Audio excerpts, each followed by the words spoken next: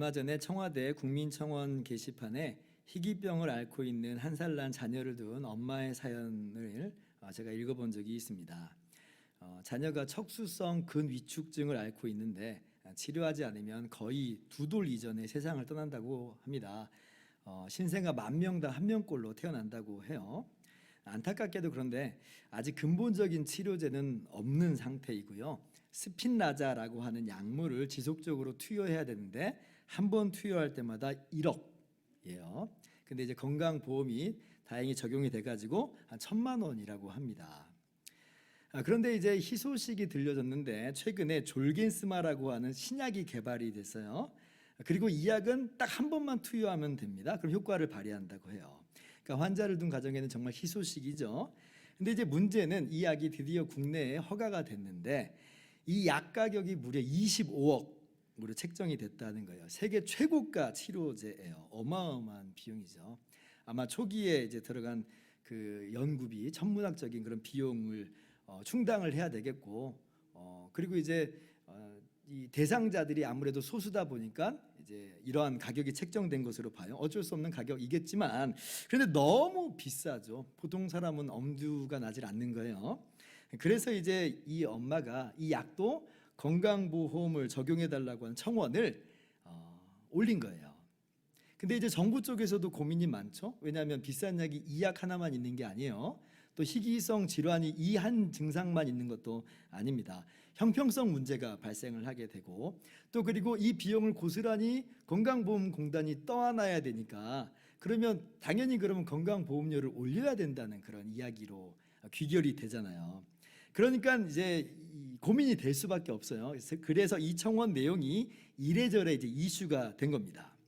제가 그 청원을 이제 접하면서 이리저리 좀 생각을 많이 하게 됐어요. 사람의 목숨값은 과연 얼마인가? 그래도 모르긴 몰라도 부모님들이라면 아마 다 똑같은 마음을 갖고 있지 않을까 생각을 한번 해봅니다. 25억이라도 돈만 있으면, 그리고 100% 치료된다는 보장만 있으면, 뭐 집을 팔아서라도 뭐 거리에 우리가 나가는 한이 있더라도 아마 그렇게 하겠죠. 그게 부모님의 마음이잖아요. 그런데 제가 오늘 뭐 이 말씀을 드리자고 하는 건 아니고요. 정말 이것보다도 놀라운 소식이 우리 가운데 전해졌다라고 하는 것을 여러분과 함께 나누고 싶은 거예요. 2000년 전에 하나님께서 기적의 신약을 우리들에게 처방하여 주셨어요.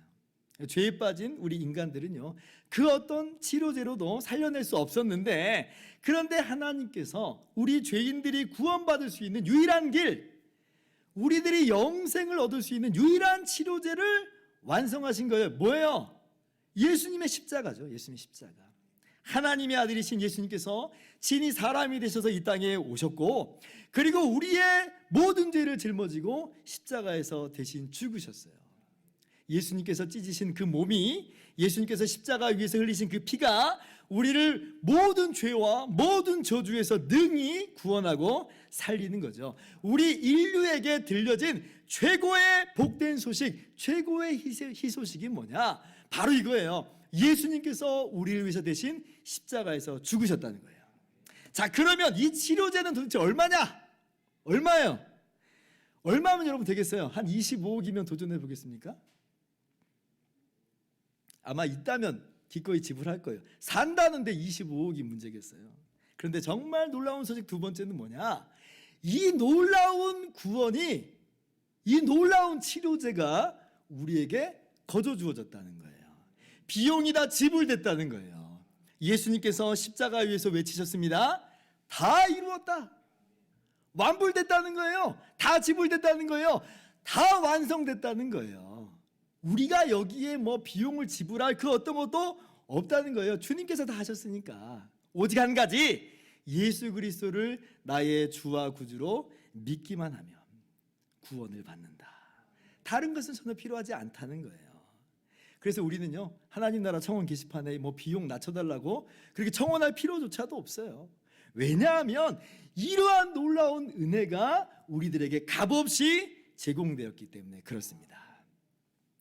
여러분, 이 놀라운 복음 사건, 이 주님의 십자가 사건을 우리는 알고 믿고 있는 줄을 믿습니다. 그렇게 우리가 구원받은 줄 알아요. 그런데 이 놀라운 복된 소식 앞에서도 이 십자가 아래는 전혀 다른 이야기가 전개되고 있는 것을 우리는 오늘 말씀 속에서 발견하게 됩니다. 예수님께서 다 이루었다 말씀하셨어요. 우리의 모든 구원을 다 이루셨어요. 그리고 돌아가셨어요. 근데 이제 유대인들이 이제 빌라도에게 찾아가서 한 가지 요청을 합니다. 그게 뭐냐면 십자가에 달린 사람들의 다리를 꺾어달라는 거예요. 그래서 그 시체를 치워달라는 거죠. 그 이유가 뭐냐면 31절 말씀 보세요.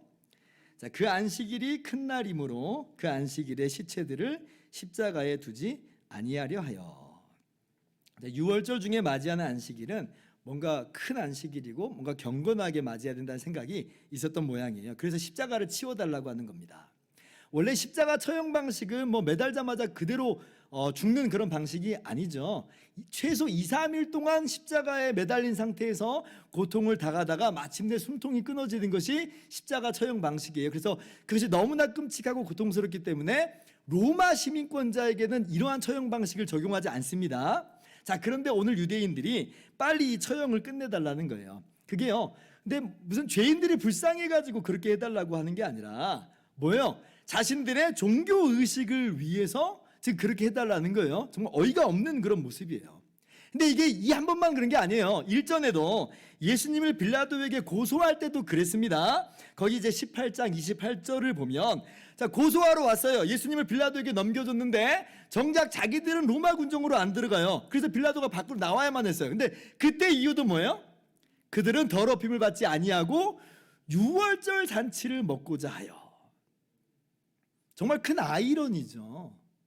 하나님의 아들을 고소하고 하나님의 아들을 십자가에 못 박아 죽이는 그 인류 역사상 가장 큰 죄악을 저지르는 그 현장 속에서 자신들은 종교 의식을 지금 지켜야 된다는 거예요. 야, 세상에 어떻게 사람이 이렇게 뻔뻔할 수 있을까? 정말 의아하기 그지가 없습니다. 미움과 시기와 질투심에 눈이 멀어서 예수님을 넘겨주고 있어요. 없는 죄도 막 뒤집어 씌우면서 그렇게 예수님을 죽이려고 혈안이 됩니다. 그리고 오늘 십자가에 매달고 나서는 정말 이 십자가를 빨리 치워달라고 할 때 하나님을 지금 섬기기 위해서 그래야 된다라고 하는 것이 얼마나 정말 아이러니한 상황인가. 정말 이러한 유대인들의 모습을 보면 양심이 마비될 때로 마비되었고 얼마나 딱딱하게 굳어졌는지를 우리가 여실히 볼 수가 있어요. 하나님을 섬긴다고 말은 하지만 실제로는 죽어버린 양심이고 남아있는 건 그냥 껍데기고 형식일 뿐이죠. 참 두려운 이야기예요. 우리도 혹시 이러한 종교적인 위선에 빠지고 있는 것은 아닌가 항상 우리가 돌아볼 필요가 있습니다. 아무튼 이제 그래서 이 요청을 받아들여서 빌라도가 이제 처형을 빨리 끝내기로 해요. 십자가에 달린 사람들의 다리를 꺾는 거죠. 십자가 처형 방식의 고통스러운 것 중에 하나가 뭐냐면 양손과 양발에 이제 못이 박히잖아요. 그리고 이제 십자가로 들어 올리면 이 몸이 처지게 됩니다. 손과 발이 그 몸뚱아리의 몸무게를 이제 지탱하는 구조예요. 근데 그렇게 몸이 처져 있으면 이제 숨통이 조여져 가지고 숨이 안 쉬어지는 거예요. 그러니까 숨이 막히게 되면 우리가 자동적으로 숨을 쉬려고 발버둥을 치게 되잖아요. 그래서 양손과 양발에 신경이 관통하는 고통을 당하는데 근데 숨이 안 쉬어지니까 발버둥을 쳐야 돼요. 고통스러운데 그런데 몸을 들어 올려야 되는 거예요. 그러면 다시금 그 고통이 고스란히 전달되는 거예요. 그래서 좀 가만히 있으면 고통이 좀 사라지고 멈출 텐데 숨 쉬느라고 올라갈 때마다 다시금 고통 속에서 지금 처절하게 몸부림치게 만드는 게 이 십자가의 형벌이에요. 이걸 죽을 때까지 계속 반복하는 겁니다. 근데 이제 다리를 이제 꺾어 버리면 어떻게 되냐면 다리를 꺾어 버리니까 이제 몸을 들어 올릴 수 있는 그런 힘이 전달되지 않잖아요. 몇 번 뭐 숨은 거칠게 몰아쉴 수 있을지 모르지만 숨을 이제 이게 몸을 못 올리니까 숨을 못 쉬게 돼요. 그렇게 이제 질식사하게 됩니다. 지금 이제 빌라도가 그렇게 한다는 거예요. 뭐 그럼 좀 낫겠다 뭐 이런 생각이 좀 들 수 있겠는데 근데 다리를 꺾는다고 하는 이 표현이 우리가 생각하듯이 뭐 곱게 관절을 이렇게 좀 부러뜨리는 그런 정도의 표현이 아니에요. 십자가 처형을 할 때 여러 가지 도구들이 있었겠죠. 이 양손과 발에 못을 박는 해머가 있었을 것이고 십자가를 고정하기 위해서 땅을 팠던 삽이 있었을 거고 막 그럴 거예요. 그러면 여기에 다리를 꺾는다고 하는 건 뭐냐면 예를 들면 그 해머로 다리를 부서뜨리는 거예요. 다리를 쳐가지고 곱게 꺾는 게 아니라 그냥 다리를 쳐서 산산이 조각 내듯이 부러뜨려가지고 그렇게 이제 사형수가 몸을 들어올리지 못하도록 만드는 게 다리를 꺾는다는 거예요. 그러니까 끔찍한 고통은 고통대로 받고 그냥 시간만 단축하는 그런 과정인 거죠. 결코 이게 유대인들의 어떤 자비와 아량으로 말미암는 건 아닌 거예요. 만약에 유대인들이 예수님께서 십자가에서 이미 죽으신 것을 확인한 다음에 이 이야기를 하는 거라면 오히려 이거는 예수님에 대한 확인사살 같은 그런 의미까지도 있다라고 할 수가 있는 겁니다. 아무튼 그래서 빌라도가 이제 허락을 했어요. 로마 군인들이 그래서 이 십자가에 달린 사람들 다리를 꺾기 시작합니다. 두 강도의 다리가 꺾여졌어요. 자, 그리고 이제 로마 군인들이 예수님께 딱 왔는데 예수님이 이미 돌아가신 거예요. 뭐 우리는 십자가가 정말 우리의 손이 안 닿을 만큼 굉장히 높은 곳에 매달린 것처럼 생각을 할 수 있지만 그렇지는 않아요. 우리보다 조금 지면에서 약간 높아 있는 수준에 매달린 그런 수준입니다. 그래서 예수님께 왔을 때는 이미 그 생명 반응이 없는 걸 누구라도 확인할 수가 있어요. 예수님께서 이미 죽으신 거예요. 그러면 다리를 이제 그래도 꺾을 수는 있었겠죠. 꺾으라고 했으니까. 그런데 이제 로마 군인들은 그렇게 하지 않고 어떻게 하냐면 창으로 이제 옆구리를 찔러요. 아마 이제 다리를 부서뜨리는 그 수고를 좀 덜고자 했던 거겠죠. 근데 이제 그렇다고 해서 로마 군인들이 뭐 대충 일처리를 했다는 건 아니에요. 전문가들이잖아요. 사람 한두 번 죽인 사람들 아닙니다. 확실하게 찔렀죠. 확실하게. 그래서 주님의 몸에서 피와 물이 이제 흘러나와요. 학자들은 그래서 아마도 예수님의 심장을 관통했을 것이다 이렇게까지 이야기를 합니다. 그러니까 이러한 과정을 보면 정말 참 너무 어이없는 그런 모습이 전개되고 있음을 볼 수가 있어요. 예수님이 죽으셨잖아요. 누구든지 확인할 수 있는 그런 죽음의 상태예요. 그런데 그 시신에 대한 일말의 존경심이나 어떤 불쌍히 여기는 마음 없어요. 존중심 없어요. 그냥 찔러요. 고기 덩어리 찌르듯이 그냥 찌르는 거예요. 그렇게 피와 물이 다 쏟아지게 만들어요. 여러분, 이게 지금 십자가 아래서 벌어지고 있는 일입니다. 주님의 우리를 향한 그 고귀한 사랑과 희생 전혀 깨닫지도 못하고 감사하지도 않고 도리어 죽으신 주님의 시신에 날카로운 창으로 찌르기까지 하는 이 유대인들과 로마인들의 패역한 모습이 오늘 십자가 아래서 벌어지는 광경이라 하는 것이죠. 그런데 정말 놀라운 것은 이러한 인간들의 패역함 속에서도 하나님은 결국 이런 것들조차도 하나님의 놀라운 은혜를 나타내시는 도구와 통로로 사용하신다는 것, 이게 정말 기가 막힌 일이에요. 35절 이하를 한번 봅시다. 이를 본 자가 증언하였으니 그 증언이 참이라. 그가 자기의 말하는 것이 참인 줄 알고 너희로 믿게 하려 함이니라. 36절 같이요. 이 일이 일어난 것은 그 뼈가 하나도 꺾이지 아니하리라 한 성경을 응하게 하려 함이라. 자, 사도 요한이 주님의 십자가 밑에 지금 함께 있었습니다. 그래서 지금 자신의 눈으로 직접 본 것을 이제 말해주는 것이다 이렇게 이야기하고 있는 거예요. 여러분, 사실 예수님 십자가에서 죽으시면 다 된 거예요. 창에 굳이 찔리실 필요까지는 없는 겁니다. 이미 십자가에서 죽으신 것으로 다 이루었다 하시는 것으로 끝난 거예요. 이 주님의 시신이 이런 끔찍한 대우를 받을 필요까지는 없었다는 거예요. 자, 그런데 이렇게 주님께서 창으로 찔리신 것 자체까지도 이것이 초대교회 역사 가운데 귀하게 사용이 돼요. 로마 군인들이 이걸 의도한 것 아니에요. 심지어 유대 지도자들이 이걸 의도한 것 아닌데, 그러나 하나님의 신비하고 놀라우신 지혜가 이렇게 창으로 찔린 것까지도, 그렇게 피와 물이 쏟아지는 것까지도 하나님의 역사와 섭리 속에서 사용을 하십니다. 어떻게 사용하시냐면 주님께서 이제 부활하시고 승천하신 다음에 성령을 보내셔서 이 땅 가운데 주님의 몸된 교회가 세워집니다. 예루살렘과 온 유대와 사마리아와 땅끝까지 교회가 확장되어 가요. 그런데 시간이 많이 흐르지 않아서 이 초대교회 가운데도 이단이 등장을 합니다. 여러분, 이단 문제는 비단 오늘날만의 문제가 아니라 초대교회 때부터 이미 있었던 그런 일이에요. 우리가 그래서 항상 성경 말씀 안에 서는 것, 바른 교훈 안에 머무는 것이 너무나 중요합니다. 자, 그런데 초대 교회 가운데 일어났던 이단 중에 하나가 뭐였냐면 가현서를 주장하는 이단이었어요. 이걸 이제 영지주의라고 이야기합니다. 영지주의자들이 가현서를 주장한 거예요. 뭐냐면 예수님께서 오시긴 오셨어요. 그런데 우리와 똑같은 사람으로 오신 것은 아니다. 몸으로 오신 것은 아니다. 그냥 그렇게 보였을 뿐이다. 가현설이에요. 그렇게 보였을 뿐이다예요. 그래서 십자가에서 그냥 죽으신 것처럼 보인 것뿐이다. 이렇게 주장하는 이단이었어요. 예수님께서 육체로 오신 걸 부인하는 거죠. 요한 2서 7절 말씀 한번 보세요. 자, 미혹하는 자가 세상에 많이 나왔나니 이는 예수 그리스도께서 육체로 오심을 부인하는 자라. 이런 자가 미혹하는 자요 적그리스도니.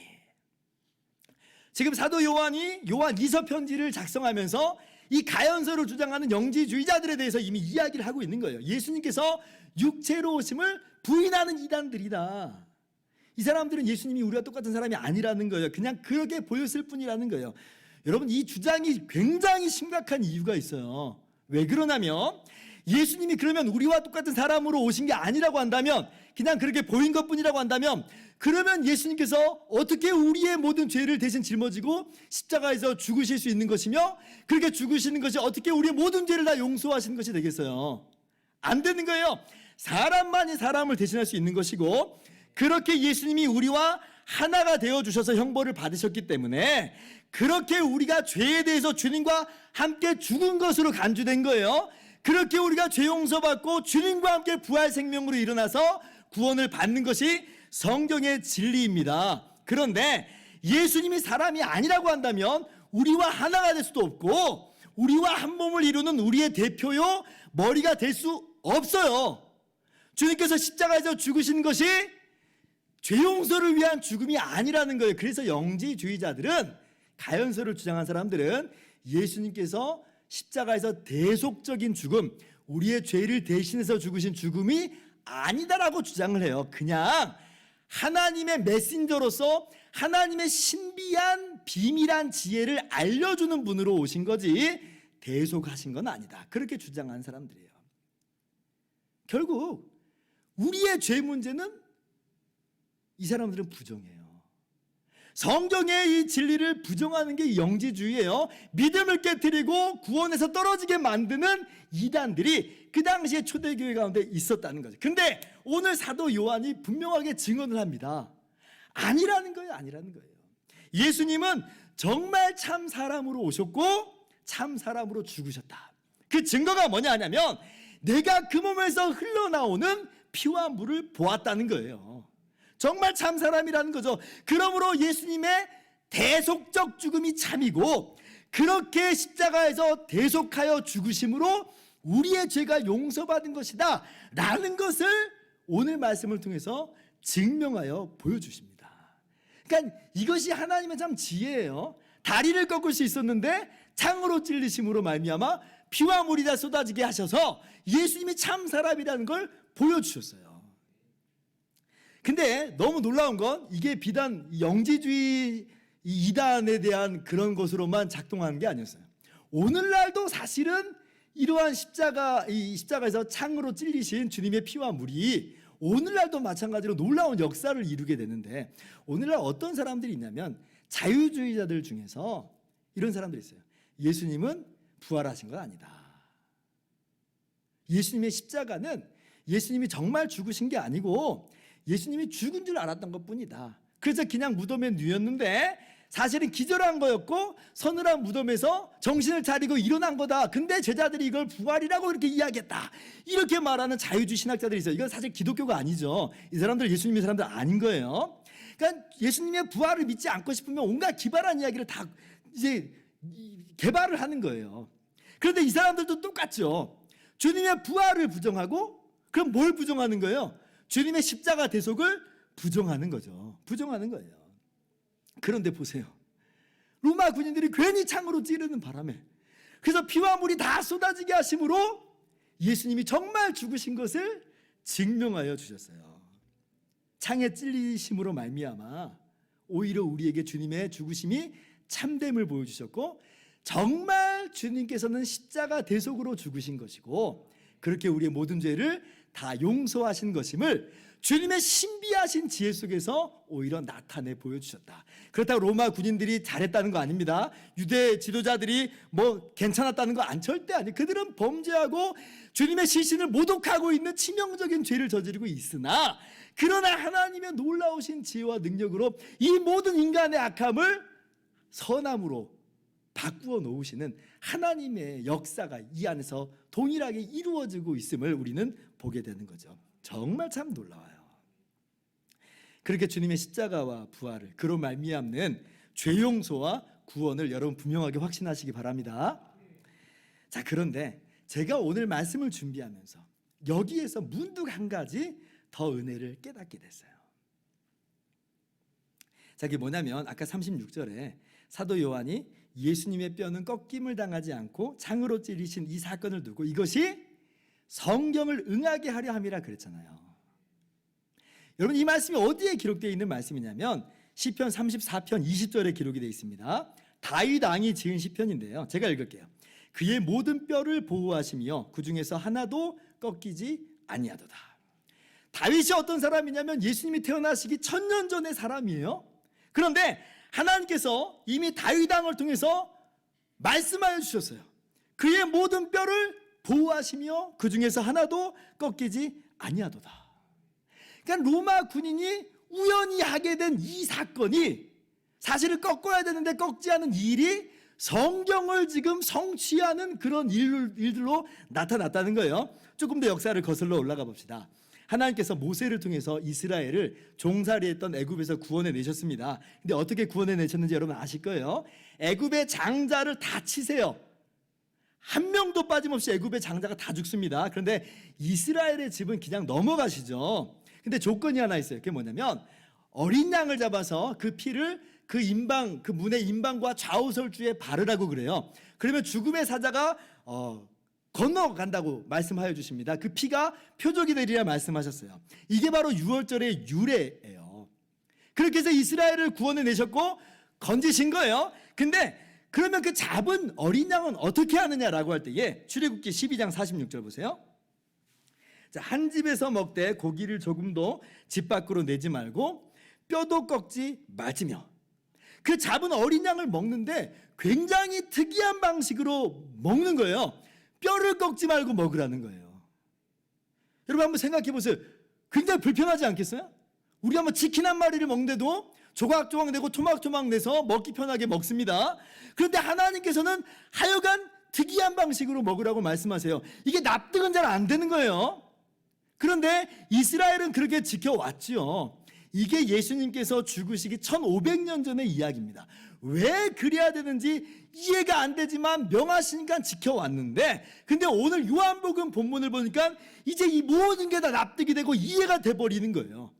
왜 애꿎은 어린 양을 잡아서 그 문 임방과 좌우설주에 바르게 하시는지, 왜 또 그 양을 먹는데 뼈를 꺾지 말고 먹어야 되는지, 왜 이러한 특별한 특이하게 보이는 표식들을 이용하시는지, 이행하게 하시는지 다 납득이 되는 거예요. 왜 그래요? 이 사건이 오늘 예수님의 십자가 사건을 미리 보여주는 예표이기 때문에 그래요.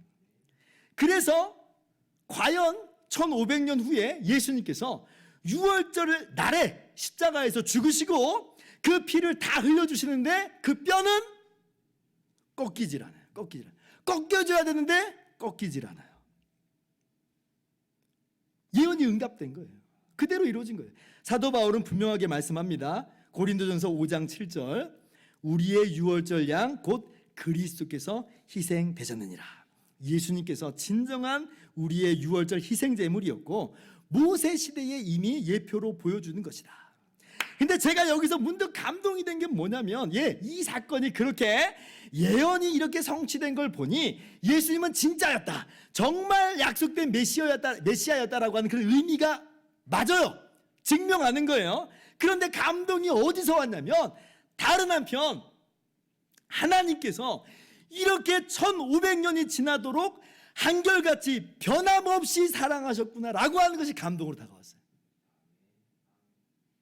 1500년 전에 이미 옆구리에 창을 찔려서 피와 물이 다 쏟아지게 하시기까지 그러한 사랑과 구원을 약속하신 하나님께서 여전히 변하지 않고 마침내 그 약속을 지키시더라는 거예요.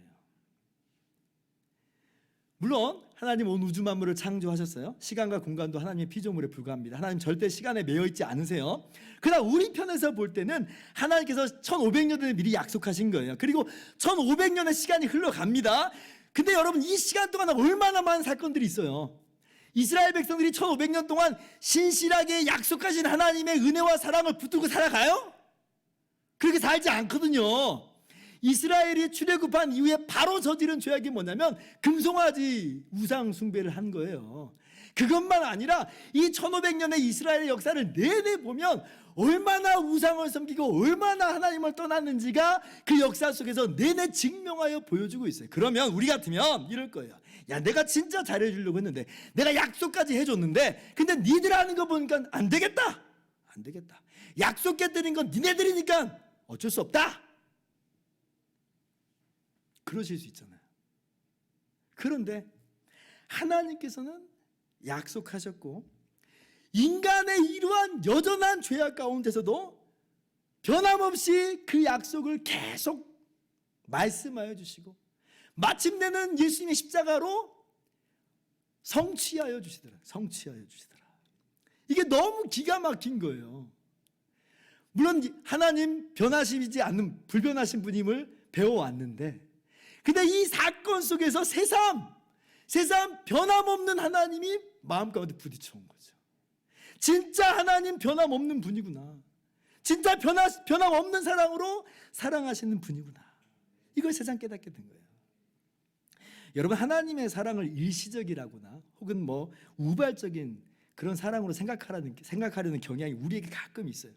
혹시 사랑이 변하시지는 않을까 하는 두려움이 막 우리 가운데 불현듯 찾아오기도 합니다. 사람 간의 사랑은 그렇기 때문에 하나님의 사랑도 마치 우리가 그렇게 막 이해를 해버리려고 하는 거예요. 그러나 여러분, 하나님의 사랑은 일시적인 사랑 아니에요. 충동적인 사랑 아니에요. 잠시 잠깐 있다가 없어진 사랑 아니에요. 어쩌다 사랑 아니라는 거예요. 오늘 말씀 보세요. 1500년 전에 이미 약속된 그 희생, 그 사랑으로 사랑하신다는 거예요. 1000년 전에 다시 한번 다윗을 통해서 반복하여 말씀해 주셨어요. 오늘 제가 설명은 안 했지만 500년 전에 스가랴 선지자를 통해서 그들이 그 찌른 자를 보리라 다시 한번 말씀하여 주셨어요. 내내 주님께서는 그렇게 하시겠다고 말씀하셨거든요. 그리고 마침내 그렇게 하신 거예요. 조금 더 역사를 거슬러 올라가 볼게요. 아담과 하와가 타락했을 때, 뱀의 유혹, 사단의 유혹을 받아서 타락했을 때 하나님께서 이렇게 약속하여 주셨어요. 뱀에게, 사단에게 심판을 내리시면서 내가 너로 여자와 원수가 되게 하고 너의 후손이 여자의 후손과 원수가 되게 하리니, 그러면서 하시는 말씀이 여자의 후손이 뱀의 머리를 상하게 할 것이다, 이렇게 말씀하세요. 그리고 뱀은 그의 발꿈치를 상하게 할 것이니라. 이게 무슨 이야기냐면 여자의 후손으로, 여자의 후손의 대표로서 예수님께서 뱀의 권세를, 죄의 권세를, 사단의 권세를 깨뜨리신다는 거예요. 이걸요, 인간이 타락할 때부터 이미 약속하셨고, 그리고 그 약속을 변함없이 이행하시는 분이 누구냐? 우리 하나님이라는 거예요. 하나님의 은혜와 사랑은 변함이 없더라는 거예요. 변함이 없더라는 거예요. 우리는 신실하지 않은데 하나님은 신실하시더라는 거예요. 하나님의 사랑은요, 우리를 실수로 사랑하신 게 아니에요. 우리의 이 모든 연약함과 패역함에도 불구하고, 그럼에도 불구하고 사랑하시는 완전한 사랑이요, 영원한 사랑이요, 변함없는 사랑이라 하는 겁니다. 여러분, 이러한 사랑을 우리가 받은 것이고, 이러한 사랑으로 말미암아 우리가 구원받은 거예요. 여러분, 하나님의 이 놀라운 사랑을 확실히 믿고 그 안에서 주시는 바 하늘의 위로와 평강으로 충만하게 되기를 주님의 이름으로 축원합니다. 여러분, 이것이 바로 십자가 아래서 벌어지는 인간의 더러움과 부패 속에서 우리가 확인하게 되는 내용이에요. 하나님의 흔들림 없는 신실한 사랑, 이 창이 찔러지는 전혀 예측할 수 없는 이 사건 속에서 담겨있는 하나님의 그 놀라운 사랑, 이것이 우리에게 얼마나 감동이 되는지, 주님의 그 창에서 흘려지는 피와 물로 말미암아 우리가 구원함을 얻었고, 그 놀라운 사랑으로 말미암아 우리가 완전하신 그 사랑 안에 거하게 되는 것이죠. 이제 한 가지만 적용하면서 말씀을 마칩시다. 오늘 말씀 보면 주님의 십자가 아래서 이러한 주님의 놀라운 은혜와 사랑 가운데서 감격해서 변하게 된 한 사람의 이야기가 나와요. 아리마대 요셉이 바로 그 사람이죠. 38절 말씀이에요. 같이 한번 읽어봅시다. 시작. 아리마대 사람 요셉은 예수의 제자이나 유대인이 두려워 그것을 숨기더니 이 일루에 빌라도에게 예수의 시체 가져가기를 구하며 빌라도가 허락하는지라 이에 가서 예수의 시체를 가져가니라. 이게 정말 또 이해할 수 없는 사건이 하나 벌어졌어요. 자, 아리마대 요셉이요, 진작부터 예수 믿었던 사람입니다. 예수님의 제자예요. 근데 지금까지 숨겨왔어요. 다른 복음서를 보면 아리마대 사람이 산헤드린 공예 의원이었다고 그래요. 또 부자였다고 합니다. 그래서 자신의 지위와 신분에 이 행여나 해가 될까봐 숨겨왔던 것으로 보여요. 자, 그러면 이 상황 속에서 어떻게 해야 되는 거예요? 한번 숨겼으면 끝까지 숨겨야 되는 거 아니에요? 이게 세상 지혜로는 맞는 말이잖아요. 지금 예수님 죽으셨어요. 이 마당에 자신을 드러낸다는 건 이건 정말 바보 같은 모습이라고 할 수 있어요. 한번 예를 한번 들어볼게요. 얼마 전에 전두환 전 대통령이 돌아가셨습니다. 사람에 따라서는 뭐 발로 안에 숙이고 살인마라고 하기도 합니다. 어쨌든지 간에. 자, 그래서 유명 정치인들 조문 가던가요? 대선 주자들 조문 가나요? 절대 안 갑니다. 표 떨어지는데, 인기 떨어지는데, 낙인 찍히는데 안 가죠. 어떤 정치인들이 가려고 했는데 분위기 보니까 아닌 거예요. 못 가요. 안 가요. 자, 그런데 하물며 지금 유대 지도자들이 예수님을 처형했어요. 기세등등하고 살기등등한 모습이에요. 제자들요 다 도망갔어요. 또 무서워가지고 이 유대인들을 두려워해서 모인 곳들의 문들을 다 닫아놓습니다. 지금 그 분위기가 우리가 생각하는 범상한 분위기가 절대 아니에요. 이게 당연한 반응이에요, 이게. 그런데 이 일이 다 끝나버리는 것 같은 상황 속에서 쥐 죽은 듯이 숨어 있어야 되고 나는 마치 제자 아닌 듯이 해야 되는 그 상황 속에서 잘못 엮이면 나도 끝장날 수 있겠구나 생각할 수 있고 예측할 수 있는 상황 속에서 근데 아리마대 요셉은 이 살벌한 분위기 속에서 자신이 예수님의 제자임을 공개적으로 드러내는 거예요.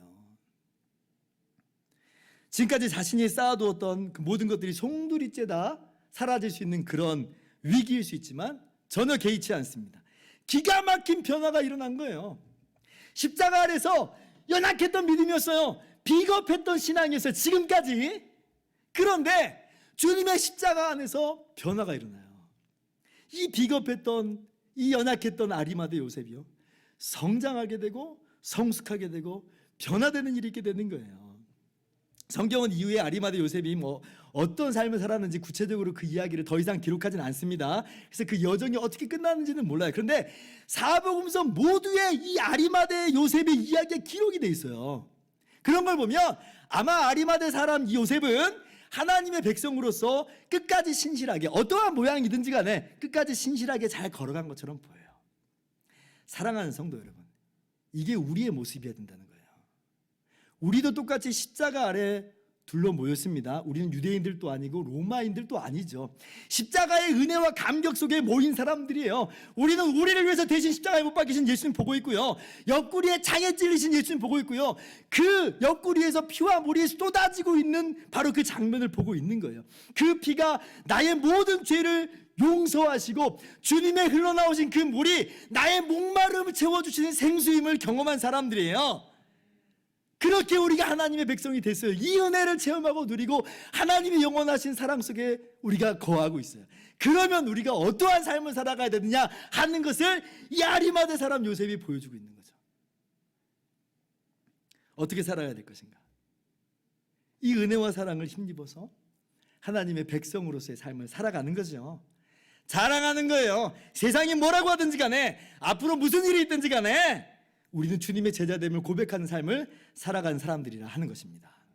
비록 우리의 믿음 연약할 수 있고 또 지금까지 어쩌면 비겁한 우리의 모습일 수 있어요. 아리마대 요셉도 그랬습니다. 그러나 은혜를 바라보세요. 그 은혜가 우리를 일으켜 세웁니다. 그리고 그 은혜로 말미암아 우리가 주님의 제자라고 담대하게 외치면서 살게 만드는 것이죠. 오늘 주님의 은혜와 사랑을 다시 한번 깊게 바라보세요. 그리고 그 은혜를 힘입어서 용기 있는 신앙, 주님을 자랑하고 주님을 전하는 복된 신앙으로 살아가는 저와 여러분 다 되기를 주님의 이름으로 축원합니다.